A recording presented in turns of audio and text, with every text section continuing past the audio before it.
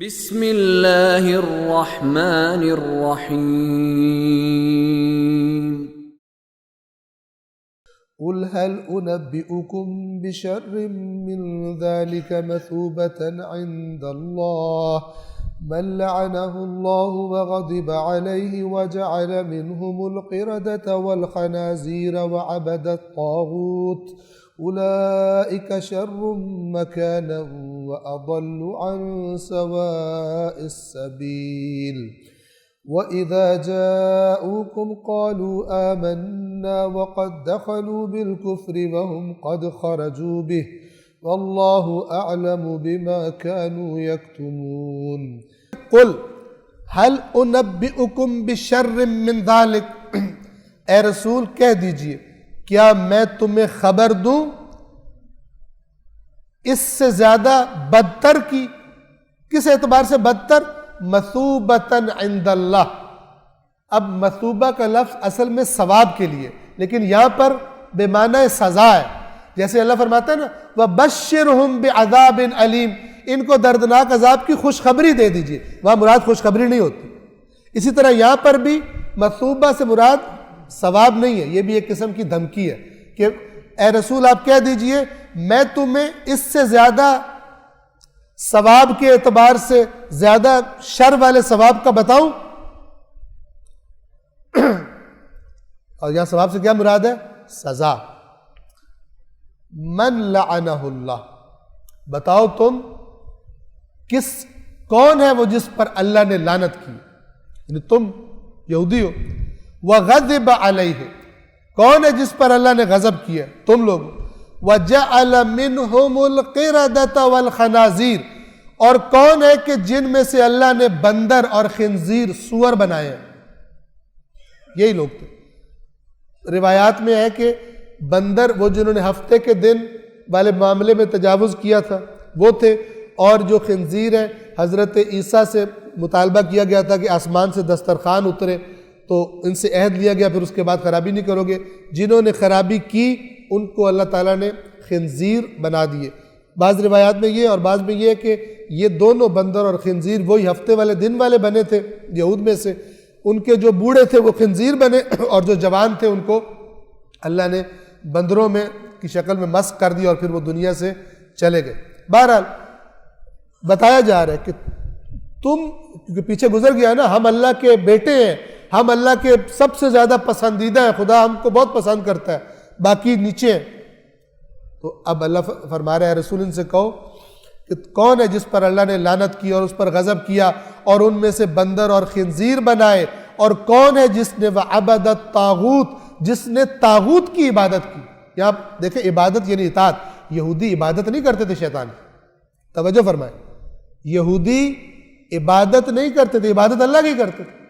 لیکن جو انہوں نے دین کی تعریف کر لی تھی، کیا فرما رہا ہے خدا کی نظروں میں کیا؟ وَعَبَدَ الطَّاغُوتَ، اور کس نے طاغوت کی عبادت کی؟ طاغوت یعنی وہ شیطان. اولئک شر مکانا، یہی لوگ ہیں کہ جو مرتبے کے اعتبار سے یعنی جہاں ان کو رکھا جائے گا شر بدترین ہے. وَأَضَلُّ عَنْ سَوَاءِ السَّبِيلِ، اور سیدھے راستے سے سب سے زیادہ بھٹکے ہوئے،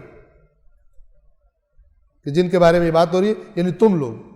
وَإِذَا جَاءُوكُمْ، آیت نمبر 61، اور جب یہ آپ کے تمہارے پاس آتے ہیں، مومنوں سے کہا جا رہا ہے قَالُوا آمَنَّا، کہتے ہیں ہم ایمان لے آئے. یہ کیوں کہتے تھے ایمان لے آئے؟ انکار نہیں کر سکتے تھے، اس لیے کہ رسول اللہ کے مدینہ آنے سے پہلے یہ رسول اللہ کا جب انتظار کر رہے تھے تو ان کی زبانوں سے اوس و خزرج والوں نے رسول اللہ کی نشانیاں سنی ہوئی تھی. اب جب وہی باتیں رسول اللہ نے کی تو اوس و خزرج والے کہتے تھے یہ تو وہی نبی ہے. چونکہ انہوں نے اپنے منہ سے کہا ہوا تھا، سامنے انکار نہیں کر سکتے، کیسے کہیں گے یہ وہ نہیں ہے. لیکن جب پھر آپس میں اکٹھے ہوتے تھے تو کچھ لوگ دوسروں کو کہتے تھے کیوں تم ان کے سامنے ایسی باتیں کرتے ہو جن سے ان کا ایمان اور پکا ہو. آپ دیکھیں جب انسان کرپشن پہ آتا ہے کہاں تک چلا جاتا ہے کہ پہلے نشانیاں خود بیان کرتے رہے، جن کو بیان کر رہے تھے وہ ایمان لے آئے، اور جو بیان کیا کرتے تھے ان کا کیا مرض تھا جس کی وجہ سے رسول اللہ کو نہیں مانا. یعنی کفار سے بھی بدتر ہو گئے تھے دین کو تحریف کرنے والا بعض اوقات اس کا میسج یہ ہے، دین رکھتا ہو لیکن تحریف کر چکا ہو، کرپٹ ہو چکا ہو، اس کی حالت ایک عام کافر سے بھی بدتر ہوتی ہے کہ جب خدا کا نمائندہ آیا، رسول آیا، وہ ایمان لے آئے، یہ جو انتظار کی رٹ لگا کے بیٹھے ہوئے تھے، یہ دشمن بن گئے۔ انتہائی عبرتناک ترین بات، اس لیے کہ کافر کے پاس وہ دلیلیں نہیں ہوتی جو دین تعریف کر کے بیٹھا ہوتا ہے، وہ کہتا ہے حضرت موسیٰ نے یوں فرمایا، حدیث میں یوں لکھا ہو، ایسے دلیلیں دے کے خراب کر دے۔